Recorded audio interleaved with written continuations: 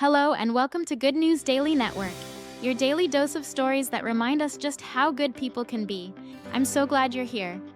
This week, a 6-year-old found a piece of history. The wild returned to a place it had vanished from, and one stranger's quiet choice restored a lot of faith. I'm Good News Daily, and let's count down the 5 stories that proved the world is a good place this week. At number 5, in eastern Norway, a 6-year-old named Henrik was on a school field trip when he picked up a rusty piece of metal sticking out of the ground. It turned out to be an iron sword, roughly 1,300 years old, dating back to the early Viking age. It's now headed to the Museum of Cultural History in Oslo, and Henrik will forever be the first grader who found a Viking blade on a class trip.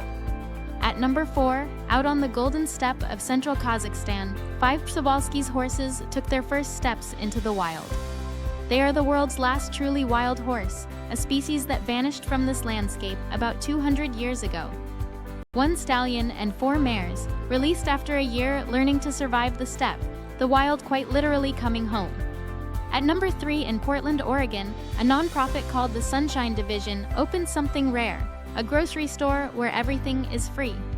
Families in need can book a time, walk the aisles, and choose the food that actually fits their household. Dignity and groceries in the very same trip.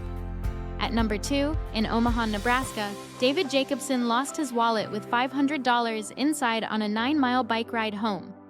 3 days later, a stranger named Leo McIntosh, who had found it on the same trail, returned every single dollar. And when David offered him a reward, Leo asked only that he pay it forward. And at number 1, in Wichita, Kansas, a lawn care creator named Spencer met Debbie, a widow who had fallen months behind on rent after caring for her dying husband. He cleared her overgrown yard, his nonprofit covered her back rent, and his fundraiser grew to $685,000 from more than 22,000 strangers, all placed in a trust with Debbie as the sole beneficiary. That's this week on Good News Daily. Share this with someone who needs to see it. Don't forget to like this video and subscribe to Good News Daily Network, because good news is out there every single day, and we'll be here to share it. I'll see you Monday with more good news.